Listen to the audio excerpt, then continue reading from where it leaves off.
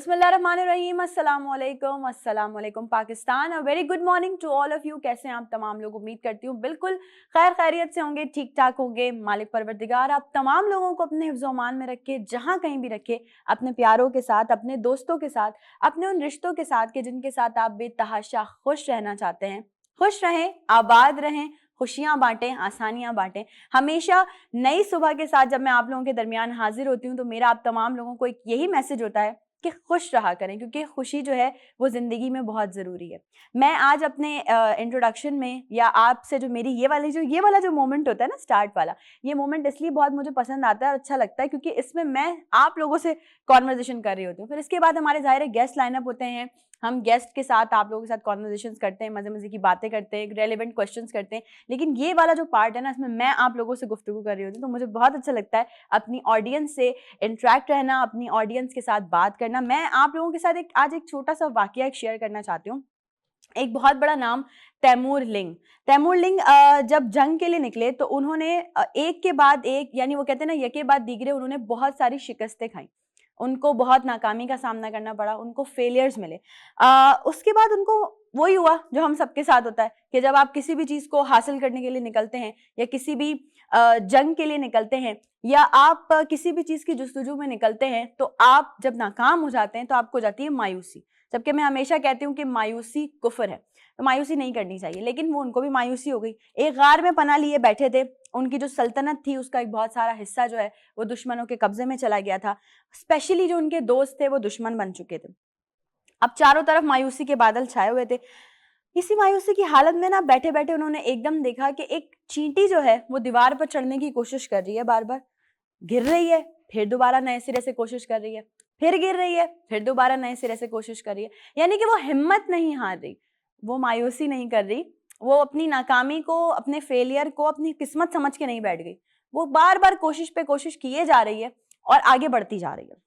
अब उन्होंने काफी देर उसको देखते रहे, देखा कि उसने कोशिश तो तर्क ही नहीं की और बिल आखिर वो अपने मकसद में कामयाब हो गई, यानी कि वो दीवार पर चढ़ने में कामयाब हो गई। किसी भी शख्स की जिंदगी में वो दिन एक ऐसी हकीकत का हामिल होता है जिस दिन आपको ये पता चल जाए कि आप में पोटेंशियल है, आपने उसको बाहर कैसे निकालना है, आपने उसके लिए मेहनत कैसे करनी है, आपने उसके लिए जुस्तजू कैसे करनी है, ये सब आपके हाथ में है।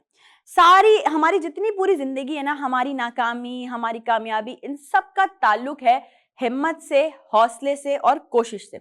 और सबसे मेन चीज, हमें अपने जज्बात पे बहुत कंट्रोल होना चाहिए। इतना कंट्रोल होना चाहिए कि अगर हम नाकाम हो रहे हैं किसी वजह से, तो हमें पता होना चाहिए कि मतलब ये चीज़ हम अपनी ज़िंदगी का हिस्सा बना लें कि अगर हम किसी भी मैदान में नाकाम हो रहे हैं, अगर हम अपनी किसी भी कोशिश में नाकाम हो रहे हैं, तो उसमें यकीनन अल्लाह की कोई ना कोई बेहतरी है। क्योंकि अल्लाह पाक पर भरोसा करके इंसान हर वो चीज़ हासिल कर सकता है जो चीज़ उसको पाने की ख्वाहिश है, जिस चीज़ के लिए वो, जिस चीज़ की जुस्तजू में वो निकला हुआ है। अब कहते हैं ना, हम अक्सर कहते हैं कि भाई मेरे दिल में ख्याल आ रहा है, कुछ लोग बोलते हैं ये मुझे इस तरह वाइब्स आ रही हैं कि ऐसा कुछ होने वाला है यकीनन, और आप देखें कि वो चीज़ हो जाती है। तो इसलिए अगर आप नेगेटिव सोचेंगे ना, जितना आप नेगेटिव सोचेंगे, बार बार इंसान के दिमाग में ख्याल आएगा एक नेगेटिविटी का, ऐसा ना हो जाए, वैसा ना हो जाए, नेगेटिव सोचेंगे तो वो हो जाएगा। लेकिन अगर आप अपनी उसी सोच को पॉजिटिव सोचें कि अल्लाह पाक, मैं इस राह में आगे बढ़ रहा हूँ या बढ़ रही हूँ, या मैं इस काम में आगे बढ़ रहा हूँ या बढ़ रही हूँ, मुझे कामयाबी मिलेगी, मुझे उम्मीद है, मुझे यकीन है अल्लाह पाक पे कि मुझे कामयाबी मिलेगी। तो जब आप पॉजिटिव सोचेंगे तो आपको पॉजिटिव रिस्पॉन्स मिलेगा। तो पॉजिटिविटी अपनी ज़िंदगी में ना बना के रखें, बरकरार रखें। कोशिश, मेहनत, लगन, इसके बगैर कामयाबी मुमकिन नहीं है।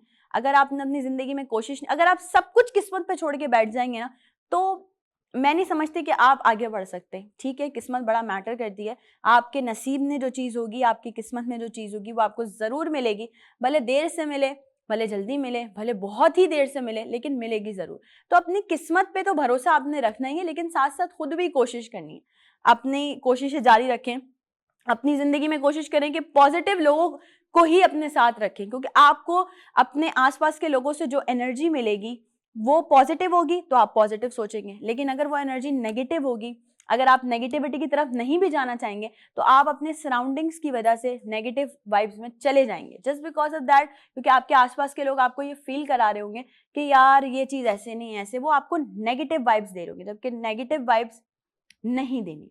नेगेटिव वाइब्स आपने किसी को भी नहीं देनी। अगर आप अपने अंदर भी झांक कर देखें, अगर आपकी वजह से भी किसी को नेगेटिव वाइब्स मिल रही हैं तो कोशिश करें कि इस मामले को बंद कर दें, लोगों में पॉजिटिविटी फैलाएं, लोगों के लिए आसानियां पैदा करें, लोगों को मोटिवेट करें, लोगों के चेहरों पे मुस्कान का बायस बने, ना कि लोगों को रुलाने का या लोगों को डिप्रेस करने का या लोगों की जिंदगी में बर्बादी लाने का। ये बायस ना बने, बायस बने लोगों की खुशी का। इनर पॉजिटिविटी बहुत जरूरी है। अगर आप किसी काम को करने के लिए जा रहे हैं, लेट्स सपोज कोई लड़की मेकअप करने के लिए खड़ी हुई है, उसको पता है कि उसके अंदर एक इनर पॉजिटिविटी है कि मैं सही कर लूंगी, तो वो सही कर लेगी। लेकिन अगर उसके अंदर जरा सी भी कहीं एक डर, खौफ या नेगेटिविटी हुई कि भाई ऐसा ना हो ये गलत हो जाए, ऐसा ना हो वो गलत हो जाए, तो फिर डेफिनेटली कहीं ना कहीं वो चूक जाएगी, कहीं ना कहीं जो है वो नेगेटिविटी का प्रॉब्लम होगा। तो मैं आपको बताऊं, बेंजामिन इस्लामी का नाम आप तमाम लोगों ने सुना होगा। वो जाहिर है इंग्लैंड के एक अजीम वजीर आजम रह चुके हैं।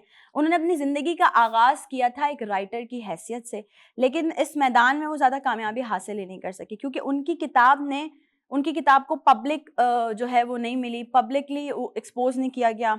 लेकिन उन्होंने ना कहा कि अगर मैं एक मैदान में नाकाम हो गया हूँ तो चलो मैं दूसरे मैदान में अपना जो है वो लोहा मनवा लेता हूँ।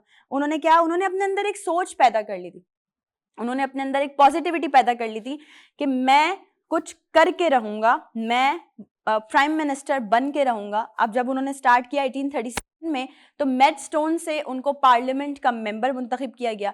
लेकिन पार्लियामेंट में भी उनकी पहली तकरीर जो उन्होंने की, यानी कि पहली स्पीच जो उन्होंने की, वो नाकाम रही। अब क्या करते हैं, वो छोड़ देते हैं हिम्मत, बोलते नहीं भाई मेरी तो पहली स्पीच ही नाकाम चले गई, मैं कैसे कहीं का प्राइम मिनिस्टर बन सकता हूँ।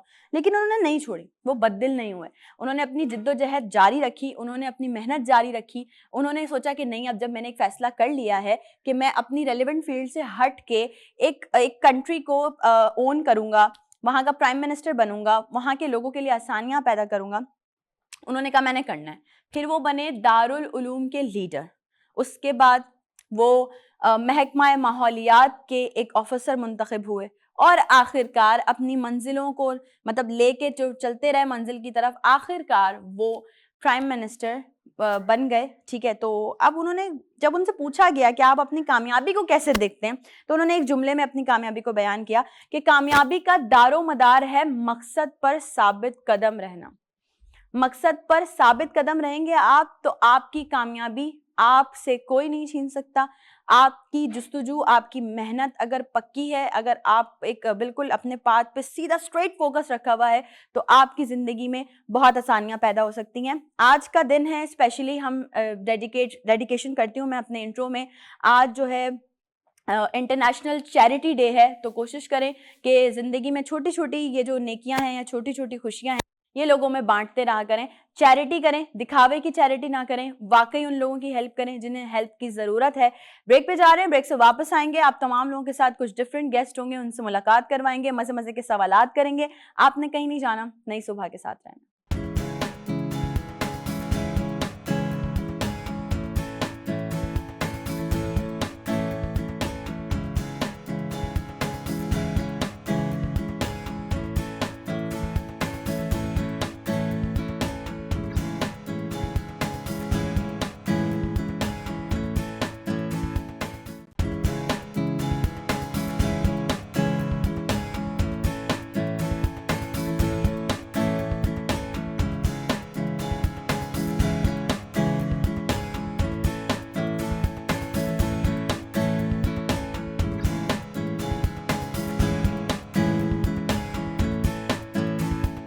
दीद कहती हूँ नई सुबह विद नुजरत में। आई होप कि हमारी स्टार्ट की, जो मैंने कहा ना स्टार्ट का टाइम होता है, वो हमारी अपनी कॉन्वर्जेशन का टाइम होता है, तो वो मुझे बहुत पसंद आता है जब मैं आप लोगों को कुछ इस तरह के मैसेजेस डिलीवर कर रही होती हूँ कि मेरी कहीं भी बहुत सारी बातों में से अगर कोई एक बात भी आप लोगों ने सुन ली, समझ ली या उस पर इम्प्लीमेंट कर लिया, तो यकीन जानिए हमारा ये शो करने का मकसद, मेरा आप लोगों से बात करने का मकसद जो है वो पूरा हो जाता है। क्योंकि हमारी पूरी टीम की कोशिश होती है कि डेली बेसिस पे हम कुछ इस तरह के गेस्ट इन्वाइट करें अपने शो में, जिनसे हम लाइवली चिट चैट तो करते रहें, लेकिन साथ ही साथ कुछ इस तरह की बातें भी करें जिनसे आप लोगों को बहुत फायदा हो सके। और अगर मतलब वो कहते हैं ना कि अगर फायदा ना हो तो नुकसान भी ना हो, ऐसी मतलब एक बीच की बात रहे हमारी और आपकी। लेकिन आप लोगों ने हमारे साथ कनेक्टेड रहना है।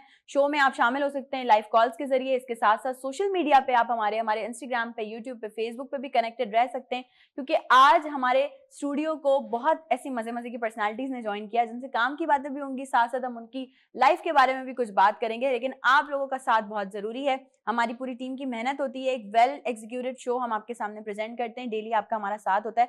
अगर मैं बात करूं on my right hand side, तो एक ऐसी पर्सनैलिटी, हमेशा जब भी कोई ऐसी पर्सनैलिटी मेरे स्टूडियोज में आती है जो वाकई काम कर रही होती हैं, मतलब सिर्फ बातें नहीं होती। मैं हमेशा ये बात कहती हूँ कि बातें करना लोगों को जो है वो बड़े बड़े लेक्चर्स देना बहुत आसान है, लेकिन ग्राउंड रियलिटी पे आके काम करना बहुत मुश्किल है। और जो लोग ये कर रहे हैं उन्हें अप्रिशिएट भी करना चाहिए, उनके लिए बात भी होनी चाहिए और उनसे बात भी होनी चाहिए। तो on my right hand side एक ऐसी पर्सनैलिटी जो कि स्पेशल चिल्ड्रन के लिए काम कर रही है। बहुत बड़ा काम है, इंसानियत की खिदमत करना एक बहुत बड़ा काम है, और ऐसा काम करने वालों को हमें हमेशा सराहते रहना चाहिए। सोशल एक्टिविस्ट भी हैं, और बहुत सारी बातें और बहुत सारे ऐसे टिपिकल सवाल भी हैं आज मेरे पास जो मैं उनसे पूछने वाली हूँ। अब मेरे स्टूडियो को आज रौनक बख्शी है सलमा बहादुर साहिबा ने। अस्सलाम वालेकुम, वेलकम टू नई सुबह।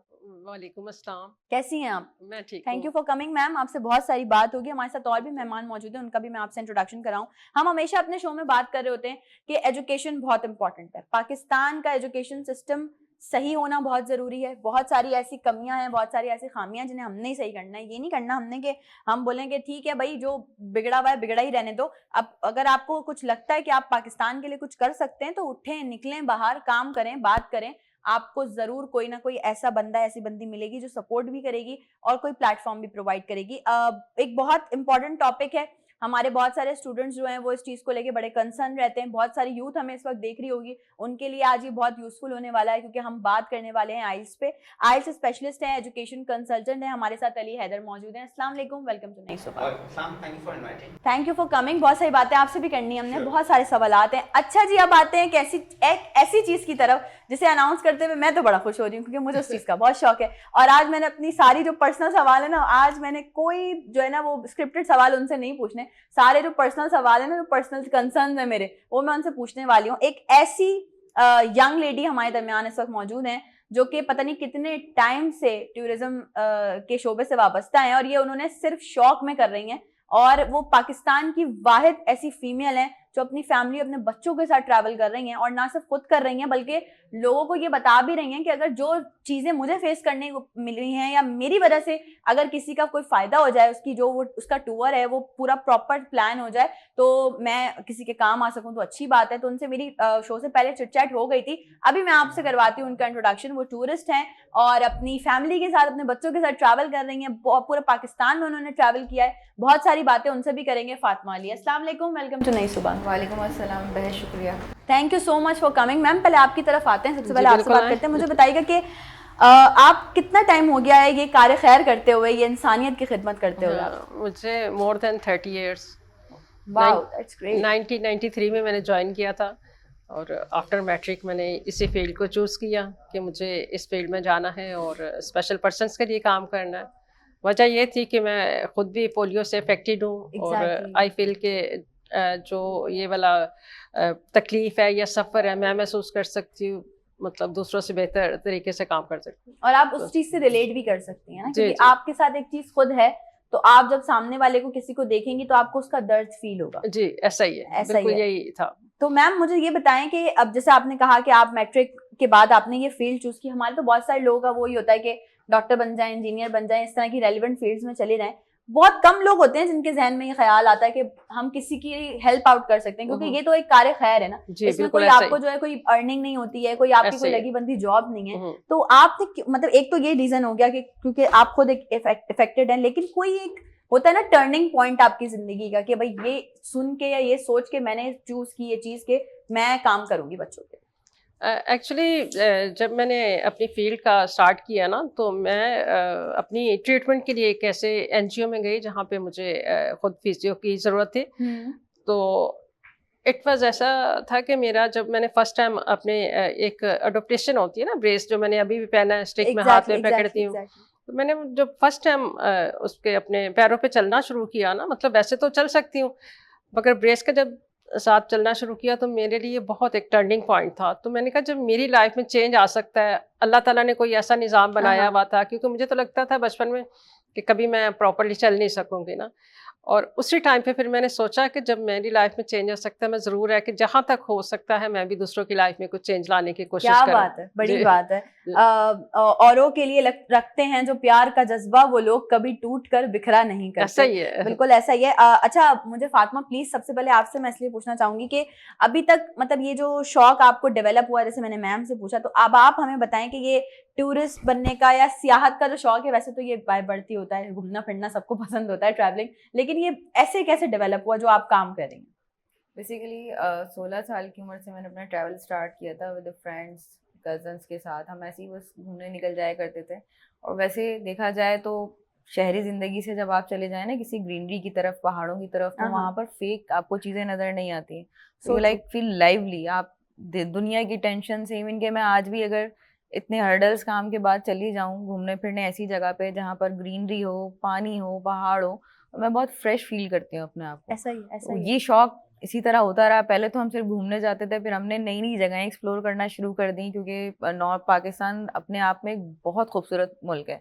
मैं मस्ट इस बारे में मैं इस चीज़ को हाईलाइट करना चाहूँगी अपने इस काम से कि दुनिया में लोग घूमने जाते हैं, इंटरनेशनल टूरिज्म को इख्तियार करते हैं, पाकिस्तान की तरफ रुख करें। बहुत खूबसूरत है और अपने ही जगह की तरह करें। जिस तरह आप अपने जगह को क्लीन रखते हैं, इसी जज्बे के साथ आप जाएं और एक्सप्लोर करें। आपको लोग भी बहुत अच्छे मिलेंगे। और नो डाउट अभी तक मैं अगर आंखें बंद करूं तो मुझे वो तमाम अपनी सफ़र की चीज़ें याद आती हैं जो मुझे रिफ़्रेश करती हैं। फिर हमारा ये सिलसिला चलता रहा काफ़ी टाइम तक। फिर ज़ाहिर है बीइंग अ फीमेल मेरी शादी हो गई, तो मुझे लगा कि अभी क्या होगा। फिर ज़ाहिर है जिस तरह तमाम फीमेल्स के साथ हो जाता है कि बच्चे हैं, और मेरे बच्चे हैं अल्हम्दुलिल्लाह माशाल्लाह। तो जिस वक्त बच्चे छोटे थे, अब वो मेरा तो शौक था, मैं रह नहीं सकती थी कि मैं कैसे जाऊं ट्रैवल पे। तो फिर मैंने कहा कि रिस्क लेते हैं। हम थोड़ी बहुत बेसिक तैयारी के साथ गए थे। 2019 में मेरे दोनों बच्चे हैं, जिनमें से एक बेटा, मेरा बड़ा बेटा, वो 3.5 साल का था और बेटी 2.5 साल की थी। और 2019 में अगर आपको याद हो तो न्यूज़ भी चली थी कि कालाम में रिकॉर्ड ब्रेकिंग ठंड थी, -18। एग्जैक्टली। तो हम निकल तो गए थे बेसिक तैयारी के साथ, लेकिन वो काफ़ी टफ रहा मेरे लिए। फिर मैंने सोचने पे भी मैं मजबूर हुई कि क्या मुझे ये कंटिन्यू करना चाहिए या नहीं। 7 दिन का सफ़र था, हमने कर तो लिया। जब कर लिया और वहाँ जब हम घूमे फिरे और बच्चों को प्रॉपर प्रिपरेशन के साथ लेके थी, बच्चों ने एंजॉय किया। जब मैंने उनको एंजॉय करते देखा तो मुझे लगा कि अब मुझे रुकना नहीं चाहिए, कंटिन्यू। फिर हमने इस तरह से तकरीबन पूरा नॉर्थ, जिस तरह सवात, कालाम, कश्मीर ऐसे ट्रैक किए जहाँ पे फैमिलीज नहीं जाती। जैसे कि रत्ती गली 4.5 घंटे का एक तरफा मुसाफत है। 2020 में मेरे बच्चे, जब मेरा बेटा 4.5 साल का हुआ, बहुत छोटा था, उस वक्त उसे मैंने रत्ती गली का दोनों बच्चों को ट्रैक करवाया था। बहुत मुश्किल था क्योंकि वहाँ वॉशरूम्स नहीं है, होटल नहीं थे, क्योंकि बिल्कुल ताओबट कश्मीर का एक आखिरी गाँव लगता है। वो वहां तक हम गए। मैंने कहा बस जब इन्होंने ये कर लिया तो फिर ये आगे भी कर लेंगे। ऐसा ही है। तो बहुत जबरदस्त बात है। और बाकी जो लोग हमें देख रहे हैं भाई, थोड़ा सा इंस्पायर हो आप, थोड़ी सी हिम्मत आप लोग खुद भी कर सकते हैं और निकलें बाहर। जैसे कि फातिमा कर रही हैं, अपने बच्चों को लेकर जा रही हैं, और ना सिर्फ अपने बच्चों को लेकर जा रही हैं बल्कि और लोगों को भी गाइड कर रही हैं। बिल्कुल ऐसा है। जब मैं फर्स्ट टाइम गई थी तो मुझे ऐसा नहीं कि किसी हर्डल का सामना नहीं हुआ। मुझे उस पूरे सफ़र के दौरान मैंने ये चीज़ें ऑब्जर्व की कि अच्छा सफ़र किस तरह बनाया जाए, क्योंकि अक्सर बच्चे परेशान करते हैं। ट्रैवल सिकनेस होती है बच्चों को, जो एक नॉर्मल चीज़ है, नेचुरल उसको आप जो है वो नहीं कह सकते कि मेरे बच्चे एक्स्ट्राऑर्डिनरी हैं या किसी का भी बच्चा एक्स्ट्राऑर्डिनरी है, लेकिन उसको ओवरकम किया जा सकता है मेडिसिन से, कुछ टेक्निक से, कुछ हैक्स से। एनवायरमेंटल चेंजेस तो डेवलप करते हैं। और फिर जैसे ही आप हाइट पे जाते हैं तो हाइट पे तो वैसे ही मुझे भी ये फोबिया है कि मतलब अजीब तबीयत हो जाती है, सफोकेशन है, नोजिया है, इस तरह की चीज़ें होती हैं हमें। तो उसको ओवरकम करने के लिए टेक्निक्स को, हैक्स को मैं अप्लाई करती हूँ। फिर अब मेरा ये इतना ज़्यादा एक्सपीरियंस हो गया है कि मुझे ये आइडिया है कि पाकिस्तान के किस एरिया में घूमने फिरने के लिए कौन सा टाइम बेस्ट है। ये चीज़ें हमारे पास बेतहाशा पूरे पाकिस्तान में टूरिज्म कंपनी मौजूद है। वो बस कहते हैं जी ग्रुप बने, हम निकल जाएं किसी तरह, लेकिन वो प्रॉपर टर्निंग एक्चुअली। लेकिन हम अगर घूमने जाएं तो अपनी ही चीज़ें, किसी के सफ़र को खूबसूरत और यादगार बनाना ज़्यादा अहम है। कि वो सफ़र अगर हम जा रहे हैं, अगर एक फैमिली, मैं एग्जांपल दे रही हूँ, मेरे बच्चे सारे सफ़र में रो रहे हैं तो मैं तो उन पे फोकस करूंगी, ना कि मैं नज़ारों पे फोकस करूंगी। तो वो चीज़ है, अब मैं गाइड करती हूँ और इससे बहुत सारी फैमिलीज जो है मेरी सोशल मीडिया पे कनेक्ट होती हैं, जो मुझसे राय लेती हैं कि हमारे साथ इतनी एज के बच्चे हैं, हमें कहाँ जाना चाहिए और अगर जाना चाहिए तो क्या प्रिकॉशंस होनी चाहिए। मैं उन्हें बता देती हूँ और अल्हम्दुलिल्लाह वो मुझे बाद में रिप्लाई बैक भी करते हैं कि आपकी वजह से हमारा ये सफ़र बहुत अच्छा और सेफ रहा। बहुत अच्छी बात है और आप इसी तरह से और मज़ीद कामयाबियां आपको मिलती रहें। और हमारी ऑडियंस भी जो देख रही है वो प्लीज़, अगर आप में से भी अभी किसी का कोई नियरेस्ट टूर प्लान है, कहीं जाने का, तो भाई पहले फातिमा से कंसल्ट करें कि उनसे पहले पूछें कि भाई कौन सा टाइम किस जगह पे जाने का सही है या नहीं। अली, मुझे आपसे बात करनी है और आपसे ये बात करनी है कि हमारे आजकल के जो बच्चे हैं वो सोशल मीडिया के बहुत एडिक्ट हैं, बहुत ज्यादा एडिक्ट हैं, छोटे हों बड़े हों, कोई भी यूथ हमारी जो है वो सोशल मीडिया की एडिक्ट है। अब वो सोशल मीडिया के थ्रू बहुत सारी चीजें देख भी रहे होते हैं, लेकिन वो उसके थ्रू दुनिया भर के जो स्टूडेंट्स हैं उनसे कॉन्टैक्ट में भी रहते हैं, ठीक है ना। अब डिफरेंट चीजें एक्सचेंज हो रही होती हैं, तो आप क्या समझते हैं, क्या मतलब आप डिफरेंशिएट करेंगे कि हमारा जो एजुकेशनल सिस्टम है वो हमारे स्टूडेंट्स के स्टैंडर्ड्स के मुताबिक है? और देखिए, अगर हमारे स्टूडेंट जो मतलब पाकिस्तान का अगर हम देखते हैं एजुकेशन लेवल, तो वो as compare to other countries definitely वो उस लेवल पे नहीं होता है। उसकी वजह ये कि फॉर एग्जांपल अगर हम बात करते हैं कि हमारे यहाँ की लाइक अगर 12 इयर्स की एजुकेशन है, उसको फिर हम 14 इयर्स पे लेके जाते हैं। जर्मनी पे अगर हम जा रहे हैं और वहाँ पे वो एजुकेशन की तरफ आते हैं, तो वो 14 इयर्स की यहाँ की एजुकेशन वहाँ 12 इयर्स की एजुकेशन कंसिडर की जाती है। ठीक। तो ऑब्वियसली बात है, कुछ चीज़ें हमारे पास ऐसी हैं जो कि इक्वल नहीं है, but if you talk about O levels and A levels, हाँ उसके लिए मैं डेफिनेटली बिल्कुल कहूँगा कि ये एक ऐसा प्लेटफॉर्म है ओ ए लेवल्स का जो कि बहुत क्वालिटी एजुकेशन प्रोवाइड कर रहा है, अपडेटेड एजुकेशन है, बट अनफॉर्चुनेटली एक्सपेंसिव हुआ। ठीक है, तो हम इसको भी कंटिन्यू करेंगे और भी बहुत सारे सवालात हमारे पास हैं, लेकिन जैसे इन तमाम गेस्ट का हमारे शो में होना ज़रूरी है, ऐसे ही हमारे शो में ब्रेक भी बहुत ज़रूरी है। ब्रेक पे जा रहे हैं, आप सबने कहीं नहीं जाना, नई सुबह के साथ रहना।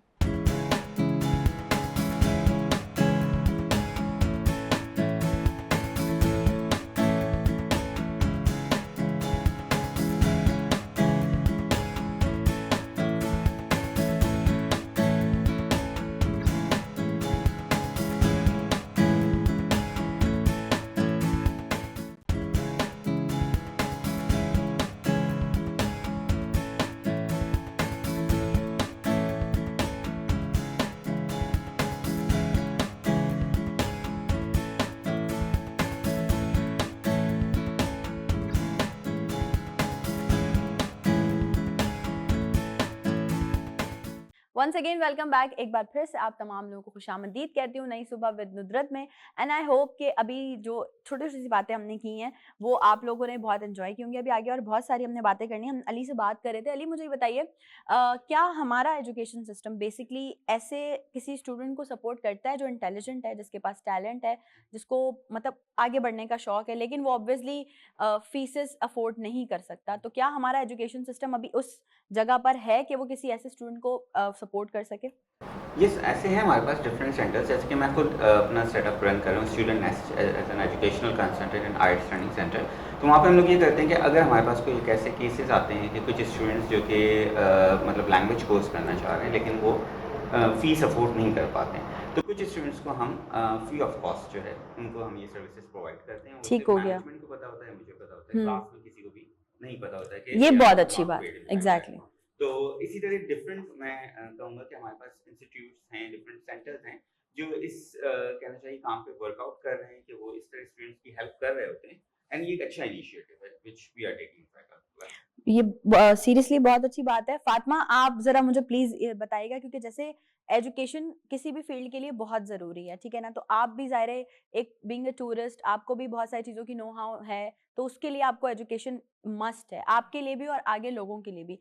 कुछ लैकनेस होती हैं जिनके पास एजुकेशन नहीं होती या जिनको नहीं समझ, वो बातें भी नहीं समझ पाते अगर वो प्रॉपर ट्रेन नहीं होते या उनको चीज़ें समझ में नहीं आती। मैं हमेशा एक बात बोलती हूँ कि जब तक आप ABCD नहीं सीखेंगे A to Z, तब तक आप कोई भी सेंटेंस कंप्लीट नहीं कर सकते।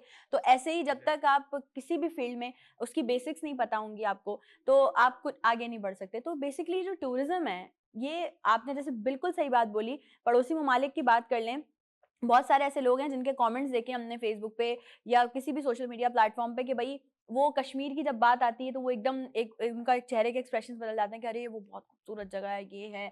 और पाकिस्तान की जब बात आती है, नॉर्दर्न एरियाज की बात आती है, तो सब बहुत ज़्यादा उसको प्रेस करते हैं। आप बेसिकली क्या समझती हैं टूरिज्म को अभी मजीद और किन चीज़ों की ज़रूरत है ताकि हमारा जो ये वाला डिपार्टमेंट है ये भी मजीद स्ट्रॉन्ग हो सके? वैसे टूरिज़्म पे अभी इस वक्त पिछले अगर मैं 10 सालों से इस चीज़ को देखूं तो काम हुआ है और अभी ज़रूरत ये है कि जिस तरह से हम नॉर्दर्न एरियाज़ में जाते हैं, पहले से अब की बानिस्बत काफ़ी चीज़ें चेंज हुई हैं, लेकिन मज़ीद जो ज़रूरत है, जैसे होटल सिस्टम इनका बेहतरीन होना चाहिए, क्योंकि नॉर्दर्न एरियाज़ में जिस तरह से आप इंटरनेशनली जाएँ तो वहाँ पर अगर विंटर में कोई निकलना चाह रहा है तो वो पाबंदी ना रहे, क्योंकि यहाँ पर नॉर्दर्न एरियाज़ में ठंड इतनी होती है, मैंने जैसे कि बताया -18 था, हम टैप ओपन करते थे, पानी बस हमें हमारे सामने एक बर्फ के सामने आता था।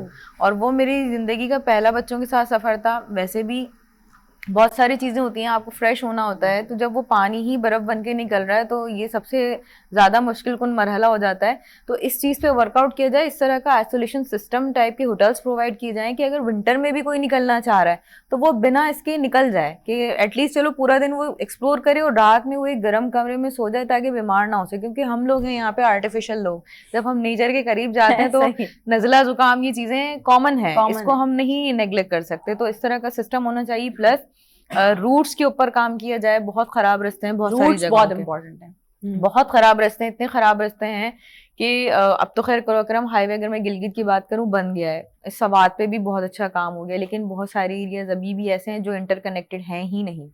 यानी अगर आपको बिलफर्ज मैं एक डेस्टिनेशन बताऊं कि मुझे घूमने बस शौक है कि मुझे इस लेक से उस लेक तक जाना है, देयर इज नो कनेक्शन, कोई ब्रिज नहीं है, कोई रूट नहीं है, कोई रास्ता नहीं है, ये वहाँ पे गाड़ी का जीप भी नहीं जा सकती है। तो अगर कोई शौकीन है तो वो हाइकिंग करे। अब उस हाइकिंग में बहुत सारी चीजें नहीं है, नेटवर्क नहीं है, मेन चीज नेटवर्क नहीं है, बिजली नहीं है, आप मोबाइल फोन अपने गैजेट्स को चार्ज नहीं कर सकते। 3-4 चीजें ऐसी हैं जिसपे ये है कि मैं अक्सर कभी हम कमेंट्स वगैरह करते हैं या हमसे कभी पूछा जाता है तो हम जरूर कहते हैं कि रोड्स पे प्लस होटल्स के ऊपर प्लस नेटवर्क स्टेबिलिटी, ये 3 चीजें ऐसी अहम हैं, क्योंकि अगर वहां आप खो गए तो कोई आपको ढूंढ नहीं सकता। और ये बहुत जरूरी भी है ना, ये जरूरी है। जा रहा है। तो अभी तक फातिमा क्या क्या एक्सप्लोर कर चुकी हैं? मैं सवात की जो इंटरनल जैसे कि कटोरा लेक, कभी वो मैं रिसेंटली मैंने एक्सप्लोर किया था बच्चों के साथ। अभी तक कोई भी फैमिली नहीं गई है, लड़के जा चुके हैं, लड़कियां भी कम गई हैं। अब उसमें ये था हमारे पास बहुत टास्क था क्योंकि 6.5 घंटे उसका एक तरफा पैदल की मुसाफत थी, और हम जून में गए थे इस साल, और जून में भी 3-3 फीट बर्फ मौजूद थी वहाँ पर। बच्चों ने भी एडजस्ट किया? बच्चों ने भी किया, क्योंकि मैं उनको ही ले जाना चाह रही थी। मुझे 3 जीप्स ने, थल का एक मुकाम है जब हम अपर दीड से ऊपर जाते हैं कटोरा लेक के लिए, कुमराट के से पहले थल आती है, वहां से जीप ट्रैक जाता है जहाज बांडा के लिए। वहां पे मुझे 3 जीप वालों ने मना कर दिया कि आप इन बच्चों के साथ नहीं जा सकती। तो मैंने कहा नहीं, वो आप सही कह रहे हैं, लेकिन हम बच्चे कर चुके हैं, क्योंकि बच्चे मेरे नागा पर्वत बेस कैंप तक ट्रैकिंग करके गए हैं। ग्रेट। रत्ती गली गए हैं। इसके अलावा स्कर्दू में हमारे पास जो है वो बहुत सारी वैलीज हैं जो देखी नहीं गई हैं, हम वहाँ भी ट्रैक करके भी गए हैं। इवन के बहुत सारी जगहें भारत जहाँ बच्चे गए हैं, तो वहाँ पे मुझे मना कर दिया गया था, लेकिन मैंने कहा नहीं, मैंने अभी रिस्क ले लिया है, मैं यहाँ तक आ गई हूँ। हमने पूरा दिन सफ़र किया था कुमराट में स्टे करके, आगे मजीद हमने 5 घंटे का और बहुत ख़राब रास्ता था कुमराट पे। मेरे बच्चों ने तो कहा था कि ये जीप सीधी नहीं होती, मतलब हम जीप में स्टेबल नहीं थे, इतना ख़तरनाक रास्ता था। और उस थकन के बाद फिर हम आगे जा रहे थे तो हमें मना कर दिया गया था, लेकिन हमने कहा नहीं, हम जाएंगे और हम वहाँ पे स्टे भी करेंगे। हमने वहाँ, क्योंकि होटल्स अभी बनना शुरू हुए हैं वहाँ पर, तो कैंप्स ज़्यादा होते हैं वहाँ पे, हमने कैंप में स्टे किया था। और फिर उसके अगले दिन हम मजीद 3 से 4 घंटे की, वो ऐसा था रास्ता ऊपर नीचे पहाड़ों के बीच में रास्ता था वो, लेकिन जब हम कटोरा लेक के सामने गए तो मैं तो वो सारी मुसाफत भूल गई कि जो हम वो कहते ना आपको अपनी इतनी सारी मेहनत का एक फल मिल गया कि सामने। इतनी खूबसूरत जगह है कि मैं लफ्जों में बयान नहीं कर सकती। हमारी ऑडियंस जो हमें देख रही है, बेसिकली बहुत सारे लोग ऐसे हैं जो कि टूर्स करते होंगे, ट्रैवल के शौकीन हैं, कोई स्पेसिफिक ऐसी जगहें उनको बताना चाहें अगर आप, जो अभी तक एक्सप्लोर ना की गई हो लेकिन आपने की हैं? देखिए, उसमें सबसे पहले ये कटोरा लेक सख्ती वाला सफर है, लेकिन बहुत खूबसूरत है, बहुत ज्यादा खूबसूरत। ये कहाँ लोकेटेड है प्लीज? ये आप सवात से जब जाते हैं, अपर दीर का इलाका कहलाता है। ठीक है। अपर दीर लोअर दीर 2 इलाका है। अपर दीर से मजीद 6 से 7 घंटे आप ड्राइविंग करके जाएंगे तो कुमराट आएगा, कुमराट से थल, और थल से फिर आगे थल की जगह 2 रूट हो जाते हैं, एक कुमराट की तरफ जाता है और एक जहाज बांडा की तरफ जाता है, जहाँ से कटोरा लेक आती है। ठीक हो। दोनों इलाके ऐसे हैं जहाँ पे कैंपिंग और आपको रास्ता जो है वो स्टेबल नहीं मिलेगा, क्योंकि अभी आपने सुना होगा रिसेंटली जब सवात में सैलाब आया था सवात के दरिया में, तो वो सारा कुछ बहा देते हैं। वो अपनी मदद के तहत वहाँ लोग रोड बनाते हैं, लेकिन नहीं बन पाता क्योंकि सैलाब सब कुछ बहा के ले जाता है। तो एक कटोरा लेक मैं कहूँगी बहुत खूबसूरत जगह है। दूसरी रत्ती गली क्वीन ऑफ लेक्स कहलाती है। Queen of lakes? ये क्वीन ऑफ लेक्स कहलाती है, पाकिस्तान में इंतहा खूबसूरत है और इसके लिए इंटरनेशनल टूरिस्ट आते हैं। और इसके अलावा स्कर्दू तो एक नशा है वहाँ, जो मेरे जैसा बंदा जाएगा, मैं स्कर्दू के ऑलमोस्ट काउंट जो मेरे जहन में 15 ट्रिप्स कर चुकी हूँ। स्कर्दू के। हम भी जाएंगे अपनी टीम के साथ वीनस के एंटरटेनमेंट की बिल्कुल टीम के साथ। आप बिल्कुल और आए, बिल्कुल मैं कहूंगी। और स्कर्दू में इस वक्त इंटरनेशनल टूरिज्म बहुत पीक पर चल रहा है, और स्कर्दू पहले इतना ज्यादा होटल्स में नहीं था, अब बन गया है, जिसकी वजह से पाकिस्तान को बहुत फायदा हो रहा है, जो कि मैंने आपको पहले ही कोट किया था कि जब बाहर के लोग आएंगे तो हमारी मईशत पे असर पड़ना है। ऐसा ही है, इकोनॉमी स्ट्रांग होगी। बजाय इसके कि हम यहाँ से प्रमोट करें कि जी हम दुबई जाएं या किसी और जगह जाएं, मैं कहती हूँ, मैं तो प्रमोट करती हूँ स्कर्दू आए। क्या बात है, जबरदस्त। Being Pakistani be Pakistani. Okay, अच्छा मुझे ये बताइए फातिमा, मेरा एक सवाल और आ रहा है जो कि यकीनन हमारी ऑडियंस का भी होगा, बहुत महंगा शौक है ये वैसे। बिल्कुल ऐसा ही है। हम पूरे साल पहले जब मेरे बच्चे स्कूल गोइंग नहीं थे तो मैं हर 6 महीने में मैं कभी कभी 2-2 महीने भी कराची से बाहर होती थी, तो जब तो मजा आता था, अफोर्डेबल हो जाता था। अब बच्चे चूंकि स्कूल गोइंग है, सबसे ज्यादा मेन चीज है कि उनकी एजुकेशन भी साथ साथ चलनी चाहिए, तो अब हमारे साल में 2 ट्रिप्स होते हैं और हम पूरा साल प्लान करते हैं, और इसमें मैं अपने बच्चों की सजेशन लेती हूँ क्योंकि मेरे बच्चों को रास्ते पता है। क्या बात है, मतलब उन्हें पता है कि इस्लामाबाद से हम मुजफ्फराबाद जाएंगे तो कश्मीर आएगा, इस्लामाबाद से हम अगर जो है वो सवात एक्सप्रेस लेंगे तो हम सवात की तरफ जाएंगे, और फिर नारायण किधर से जाना है। तो मैं उनसे सजेशन ले रही होती हूँ कि देखो बेटा, हम पिक्चर्स बाकायदा डाउनलोड करते हैं, बेटा देखो ये वाली जगह है, हम डिसाइड करते हैं। हमने अभी कटोरा लेक जो है वो पूरा साल प्लान किया था कि बस जाना है तो जाना है जून में, तो बच्चों की छुट्टियां होती हैं जून जुलाई में, और उस वक्त मेरे पास फैमिलीज भी काफ़ी ज़्यादा होती हैं जो पूछती हैं। अगर ग्रुप बन जाता है तो फिर हम फैमिलीज के साथ चले जाते हैं, वरना हमारा अकेले तो है ही है कि हमें जाना है। और बच्चों का भी यही है कि 6 महीने बाद उनको डोज चाहिए होती है बाहर जाने की। ऐसा ही। और फिर इसके अलावा दिसंबर में चूंकि स्नोफॉल सीजन होता है, और हम लोग कराची के जो लोग होते हैं वो बहुत ज़्यादा एंजॉय करते हैं। मुझे खुद भी स्नोफॉल पसंद है, बच्चों को पसंद है, लाइव स्नोफॉल होती है। बहुत सारे कुदरत के नज़ारे होते हैं जो मैंने सवात में ही देखे कि बारिश से बर्फ बनना, बर्फ से बारिश तक का सफर मैंने अपने हाथ पे देखा, उसको मैंने कैप्चर किया। मैंने अपनी लाइफ में इतने साल सफर किया, ये मैंने नहीं देखा, लेकिन ये 2022 में मैंने ट्रैवल किया था, उस वक्त मैंने ये अल्लाह का करिश्मा ये भी देखा। अच्छा, आप तो अपने बच्चों को लेके ट्रैवल करती हैं, आप जब वहाँ जाती हैं तो आप क्या देखती हैं कि वहाँ पे और भी बच्चे होते हैं? बिल्कुल होते हैं, और बच्चे होते हैं, और बहुत सारे बच्चे ऐसे होते हैं जो थोड़ा ज़ाहिर ट्रैवल की वजह से परेशान भी होते हैं। तो फिर उनकी मदर्स को मैं बता देती हूँ, मैं अपने साथ चीज़ें गैजेट्स रखती हूँ कि अगर किसी को हेल्प हो, एक्स्ट्रा चीज़ें, जैसे कि कभी कभी बहुत से लोग पहली बार जाते हैं तो उनको हम जब कहते हैं ना ठंड होगी तो वो समझते हैं कि वो कराची वाली ठंड होगी, लेकिन जब मुझसे कोई पर्सनली पूछता है तो मैं बताती हूँ कि माइनस में जाती है ठंड। तो coats, thermal suits, balm, socks हो गए, इवन केक हमारा है कि छोटा सा जो मैं हमेशा बताती हूँ, फॉयल पेपर जो हम नॉर्मली घर में इस्तेमाल करते हैं। बच्चे बर्फ में खेलते हैं, आप उन्हें रोक नहीं सकते। बर्फ में जाने के बाद हमारे जो बॉडी का टेम्परेचर एकदम डाउन होने लगता है और हमारी जो हाथ पाँव है वो करने लगते हैं। ऐसा ही है। तो बच्चों के लिए मैं स्पेशली ये करती हूँ कि सॉक्स उनको पहनाती हूँ नी तक, और उसके ऊपर पूरा फॉयल पेपर रैप करके एक और सॉक्स बना देती हूँ। गर्म रहता है पाँव उनका, वो भागते रहें, बर्फ नहीं उन तक पहुंचती, वो भागते रहें बर्फ में खेलते रहें, उन्हें कोई असर नहीं होता। इसके अलावा लेदर्स के हमारे पास अब तो इतनी एडवांस हो गई चीज़ें, लेदर के सॉक्स, लेदर के ग्लव्स मिल रहे होते हैं, वो आप बच्चों को पहनाएं, बच्चे बर्फ में खेलते रहेंगे, आपको कंप्लेन ही नहीं करेंगे। चलो जी, एक हैक तो आप लोगों को मिल गया है जो लोग जाना चाह रहे हैं उनको। अच्छा, मुझे एक चीज बड़ी इंपॉर्टेंट है जो कि आप बताएं कि ये जो पूरा टूर होता है, बेसिकली अगर हम स्कर्दू की बात करें, क्या कितना एक्सपेंस आ जाता है, ताकि लोगों को पता डिपेंड करता है। अब हमारे पास, अब मैं चूंकि ट्रैवल की शौकीन हूँ तो मैं लग्जरी नहीं देखती। मेरा ये होता है कि मैं जहाँ हूँ बस स्टे करना है, मुझे सोना है और सुबह मुझे अपने सफर पे निकल जाना है, तो मैं लग्जरी की ख्वाहिशमंद भी नहीं हूँ।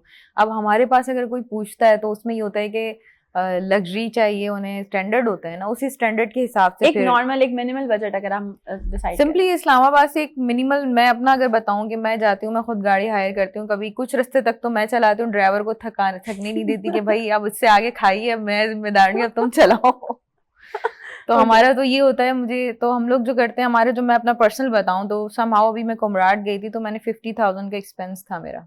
50,000 एक मतलब एक मिनिमल है, फिर अगर आपके स्टैंडर्ड्स हाई होते रहेंगे तो वो फिर वो कहते हैं ना कि जितना गुड़ डालो उतना मीठा होता है। लेकिन मैं कहूंगी कि जब आप इतनी खूबसूरत जगह पे जाएं तो लेविश और लग्जरी को एक्सपेक्ट ना करें, क्योंकि तो फिर ट्रैवल का एडवेंचर का कोई फायदा नहीं होता। फिर अगर एक खूबसूरत कमरे में रहना चाहते हैं तो वो आपको कराची और दूसरे सिटीज में मिल जाएगा, लेकिन मैं कहती हूँ उस कमरे में रहना कौन चाहता है जब वहां जाता है। क्या बात है, वाह वाह वाह, बहुत अच्छी बात की। और मैं भी इस चीज से आपकी एग्री करती हूँ, बहुत सारे लोग भी एग्री करते होंगे कि जब हम किसी भी टूर पे और ऐसी जगह पे जा रहे हैं जो पाकिस्तान के खूबसूरत इलाके हैं, पाकिस्तान की ग्रीनरी है, पाकिस्तान का वो खूबसूरत हिस्सा है जिसे हम एक्सप्लोर करने जा रहे हैं, तो फिर अगर हमने ऐसे ही मतलब प्रॉपर एसी में और प्रॉपर लैविश रूम में सोना है तो वो तो हम यहाँ भी सो सकते हैं। मैम आप मुझे जरा ये बताइए, बहुत सारे लोग हमें देख रहे होंगे ऐसे के जिनके घरों में स्पेशल बच्चे होंगे मौजूद, ठीक है ना, और वो मतलब किसी भी वजह से उनकी टेक केयर नहीं कर पा रहे होंगे, तो आप किस तरह से उनको हेल्प आउट कर सकती हैं? अभी तो सोशल मीडिया काफ़ी हेल्पफुल है। अगर किसी को ऐसी कोई हेल्प चाहिए होती है तो वो सर्च करते हैं। दूसरा ये है कि जिस इलाके में ऐसी ऑर्गेनाइजेशन है, फिर कॉन्टैक्ट से कॉन्टैक्ट है, लोग जानते हैं तो फिर वो कॉन्टैक्ट करते हैं ना।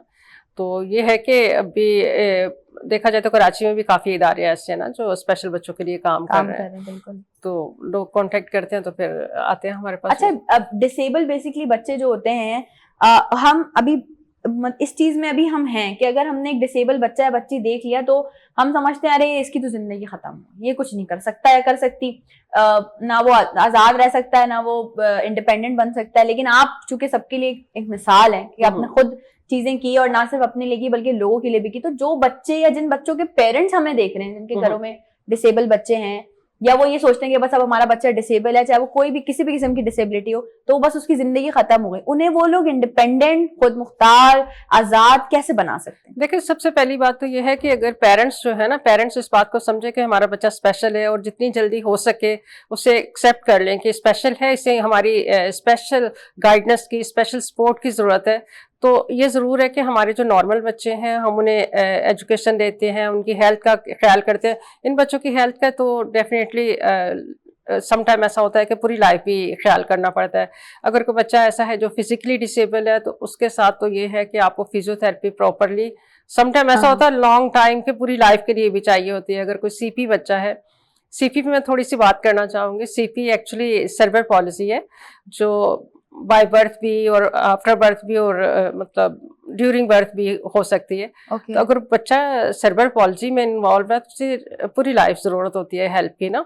और इसमें ये नहीं कि सम केसेस के साथ ऐसा होगा, कभी कभी ऐसा होता है कि कुछ केस ऐसे हैं जिसमें पूरी लाइफ की जरूरत होगी उनको, वरना फिर वो कवर अप हो जाते हैं। बहुत सारे ऐसे सीपी बच्चे हैं अभी जो नॉर्मल लाइफ गुजार रहे हैं और पढ़ लिख के किसी न किसी अच्छी पोस्ट पे काम भी कर रहे हैं, और ये हमारे लिए एक रोल मॉडल है, मिसाल है। जैसे मैंने आपको बताया, मेरा तो खैर पोलियो को देखा जाए तो ये कोई ऐसा इशू नहीं होता कि इसमें हम फिजिकली किसी चीज़ में ऐसा प्रॉब्लम आ जाएगा कि आप आगे बढ़ नहीं सकते, या एजुकेशन में कोई प्रॉब्लम, क्योंकि मेंटली बच्चे बिल्कुल ठीक होते हैं। मगर सेरेब्रल पॉलिसी में ऐसा है कि सम टाइम ऐसा है कि बच्चे मेंटल रिटार्डेड भी होते हैं, और कुछ बच्चे ऐसे हैं जो मेंटली उनका आईक्यू लेवल बिल्कुल ठीक होता है। अगर उन पे काम किया जाता है, उनकी एजुकेशन पे काम किया जाता है, तो they will be get close to normal. क्या बात है, जबरदस्त। और ये आप भी काम कर रही हैं, बहुत सारे लोग भी काम कर रहे हैं, और देखने वालों के लिए बहुत बातें जो हैं वो ये प्रॉपर मतलब मुफीद हैं ये सारी बातें। सो हम जा रहे हैं एक छोटी सी ब्रेक पे, ब्रेक के बाद और बहुत मजीद सवालात हैं जो कि हमारे पास हैं, हमारे गेस्ट से करने। आपने कहीं नहीं जाना, नई सुबह के साथ रहें।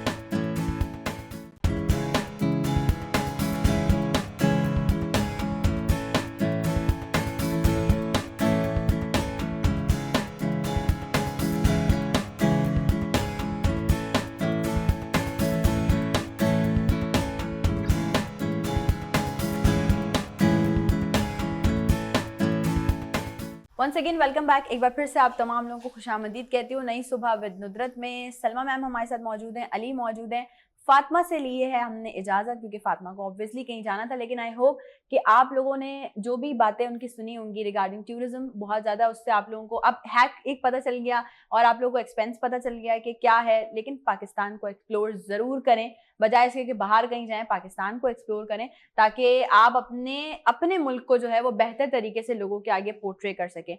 अली, मुझे प्लीज़ ज़रा ये बताइए कि हमारा एक कॉन्सेप्ट है सबका भी कि जो स्टूडेंट्स फॉरेन कंट्रीज में पढ़ना चाहते हैं, स्पेशली यूके में, उनके लिए अब ये वर्ड जो है आइल्स बेसिकली, इसको तो पहले डिफाइन कीजिएगा सबसे पहले कि व्हाट इज बेसिकली आइल्स, जो लोग देख रहे हैं जिन्हें बेसिक नॉलेज नहीं है उनके लिए, और जो लोग बच्चे पढ़ना चाहते हैं फॉरेन कंट्रीज में, यूके में, उनके लिए आइल्स एक मसला है, उस मसले को ये कैसे हल कर सकते हैं? अच्छा, आइल्स बेसिकली जो है एक एब्रिविएशन है, it's an basically international English language testing system, ये इसकी फुल फॉर्म है, ठीक है।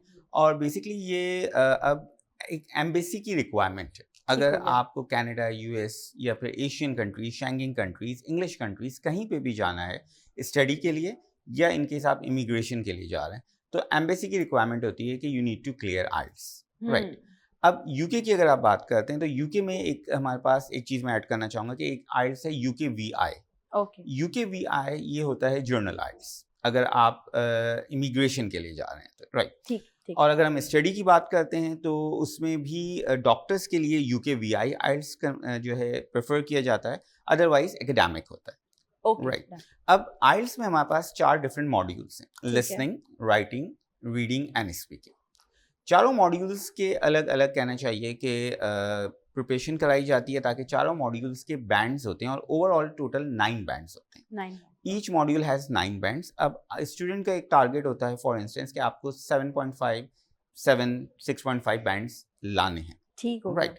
तो आपके लिसनिंग के, रीडिंग, राइटिंग और आपके जो है स्पीकिंग मिला के ओवरऑल वो बैंड्स होते हैं। अब इसके लिए जो स्टूडेंट्स जिनकी बेसिक इंग्लिश वीक है, मैं ये रिकमेंड करता हूँ उनको कि वो कहीं पे किसी भी लैंग्वेज सेंटर में इंग्लिश प्रोफिशिएंसी लेवल का एक कोर्स करें, राइट। उसके बाद वो आइल्स की तरफ आएँ, क्योंकि जब हम आइल्स की बात करते हैं तो आइल्स में हम स्टूडेंट्स को प्रिपेयर करते हैं how to go and appear for the test, right. उसमें हम ये नहीं सिखा रहे होते हैं कि इंग्लिश लैंग्वेज क्या है, ESL, English as an second language. तो पहले तो स्टूडेंट्स को थोड़ी सी अपनी बेस स्ट्रॉन्ग करनी चाहिए। यहाँ पे मैं एक चीज़ रिकमेंड करूँगा कि स्टूडेंट्स को और तमाम यूथ को कि वो जब इंग्लिश मूवीज़ देखते हैं, चाहे वो नेटफ्लिक्स में है, अमेजोन प्राइम में, तो वो सबटाइटल हटा के देखें। उससे ये होगा कि उनकी लिसनिंग स्किल्स इंप्रूव होगी। हम लोग क्या करते हैं, हम सबटाइटल पे फोकस कर लेते हैं, लेकिन हम लिसनिंग नहीं होती हमारी, लिसनिंग नहीं हो पाती, क्योंकि हम देख के अंदाजा कर लेते हैं कि क्या है क्या नहीं है, डायलॉग डिलीवरी, लेकिन जो वो बात कर रहा होता है वो उसकी प्रोनाउंसिएशन नहीं कैच कर पाते हैं और हमारा फोकस चला जाता है नीचे सबटाइटल पे, ऐसा ही। तो वो रीडिंग बन जाती है। तो सबसे पहले लिसनिंग का जो हमारे पास स्टूडेंट्स को जो इशू आता है, उसके लिए बेस्ट सोल्यूशन ये है कि आपकी एंटरटेनमेंट भी हो जाएगी, आप एक सीजन की एपिसोड भी देख लेंगे, लिसनिंग भी कैच कर लेंगे, तो it's fun to learn in a way like that, ठीक है। अब अगर हम बात करते हैं राइटिंग की, तो राइटिंग के लिए मैं ये सजेस्ट करता हूँ स्टूडेंट्स को कि basic grammar which is called related to tenses, modal verbs, इन पे थोड़ा सा फोकस कर लें। प्लस इसके बाद फिर वो अगर पैसिव वॉइस पे कमांड ले लेते हैं तो एक एवरेज स्टूडेंट आसानी से राइटिंग के सेक्शन को कवर कर सकता है, ठीक हो गया, राइट। स्पीकिंग के लिए एक टिप्स ये होती है कि अगर आप, बहुत सारे लोग ये कहते हैं मेरे पास कोई पार्टनर नहीं है जिसके साथ मैं इंग्लिश में बात कर सकूं, मैं क्या करूं, ठीक है। If you don't have someone, start speaking by yourself. आप खुद से बात करें, आप 15 मिनट मिरर के सामने खड़े हुए एंड स्टार्ट स्पीकिंग। एटलीस्ट क्या होगा, मिरर के सामने आप देखेंगे, आपको या तो लगेगा कि भाई आप बहुत स्मार्ट हो, टॉम क्रूज लग रहे हो, या लगेगा इतना बुरा लगता हूं मैं, तो कुछ ना कुछ होगा, तो then you would cover that, ठीक है। अब हम बात करते हैं अगर रीडिंग की, तो रीडिंग बेसिकली आइल्स की रीडिंग है comprehension. It's not like that कि आपको कुछ रीड करना है लाउडली, पैसेजेस दिए जाते हैं और उन पैसेजेस से आपको क्वेश्चंस के आंसर्स स्किम करने पड़ते हैं, तो ये कॉम्प्रिहेंशन है बेसिकली।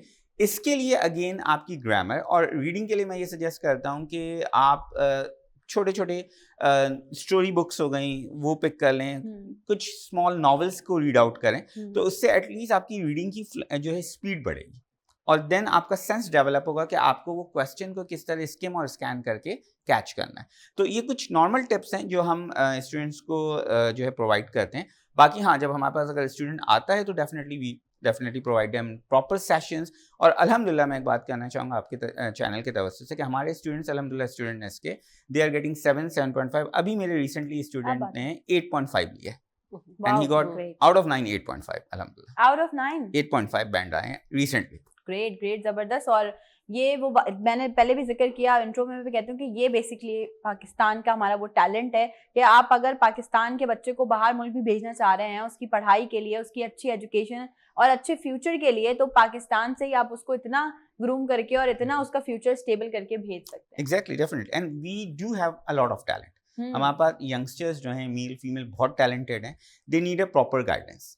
अनफॉर्चुनेटली ऐसा होता है, आपको पता है कि हर फील्ड में कुछ स्कैम्स होते हैं, राइट। तो अनफॉर्चुनेटली इस एजुकेशन फील्ड में भी कुछ हैं स्कैम्स, लेकिन हमारे पास बहुत अच्छे एजुकेशनलिस्ट भी हैं और वो एक प्रॉपर तरीके से गाइड करें, क्योंकि हम लोगों ने, हमारी टीम है प्रॉपर अल्हम्दुलिल्लाह, तो उस टीम ने डिसाइड किया हुआ है कि हम लोग इंडिविजुअल अटेंशन देते हैं।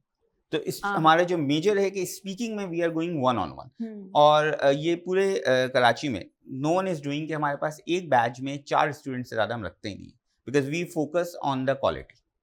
हम ये नहीं करते हैं कि हम 25-25 या 15-15 या 10 बच्चे को बिठा लें एक बैच में, नहीं। मैक्स हमारे पास 4 स्टूडेंट्स होते हैं एक बैच के अंदर, 2 आवर की क्लास होती है, और इसीलिए अल्हम्दुलिल्लाह अगर हम गूगल पे भी आप जाके देखते हैं स्टूडेंट नेस या अली हैदर आप लिखते हैं IELTS specialist, you will get our results. तो ईजिली हमारा स्टूडेंट 7.5 लेके आ रहा है। 7 तो वो यही बात है कि आप लोग जो है वो कंसंट्रेशन उनकी, आप लोगों की बहुत फोकस्ड है कि भाई 4 बच्चे हों, कम लोग हों, लेकिन क्वालिटी पे कोई कॉम्प्रोमाइज ना, ये बहुत अच्छी बात है। मैम, एजुकेशन हर फील्ड के लिए बहुत ज़रूरी है, जैसे हमने पहले भी इस चीज़ का जिक्र किया। बहुत सारे ऐसे पेरेंट्स हमें देख रहे होंगे, माजरत के साथ 5 fingers are not equal, but मैंने बहुत सारे लोगों को देखा है जिनके घर में स्पेशल बच्चे होते हैं, मेंटली डिसेबल बच्चे होते हैं, तो वो उनको एक डेजिग्नेटेड कर दिया जाता है, भाई ये आपका अहाता है, इससे आपने बाहर नहीं निकलना, यहीं खाना खाना है, यहीं सोना है, यहीं रहना है, यहीं कपड़े चेंज करने। उनको फैमिली गैदरिंग्स में नहीं लेके जाया जाता। ये मेरा अपना पर्सनल एक्सपीरियंस है, मैंने अपनी आंखों से देखा है। उनको जो है वो लोगों में, अपनी फैमिली में बैठने नहीं दिया जाता। तो मैम ऐसा नहीं, वो एहसास कमतरी, तो एक तो वैसी बच्चा मेंटली डिसेबल, फिर उसको आप और एहसास कमतरी का शिकार बना रहे हैं कि इससे वर्ष कोई सिचुएशन नहीं है मेंटल लेवल की कि अगर पेरेंट्स जो है इस तरह से उनके साथ बिहेव करते हैं। मैंने भी देखा और हमारे एक्सपीरियंस में कि ऐसा है। इवन के पढ़े लिखे लोग जो है ना, वो अपने बच्चों को लोगों के सामने शो इसलिए नहीं करना चाहते कि उनके जो नॉर्मल बच्चे हैं उनके रिश्ते होने मुश्किल हो जाएंगे। उनको सोसाइटी में उस नज़र से देखा नहीं जाएगा कि इनके घर में स्पेशल चाइल्ड है, कहीं हमारा तो ऐसा नहीं हो जाएगा। और यहाँ पे आके बहुत दुख होता है कि ये चीज़ें जो हैं हमारी सोसाइटी से ख़त्म होनी चाहिए।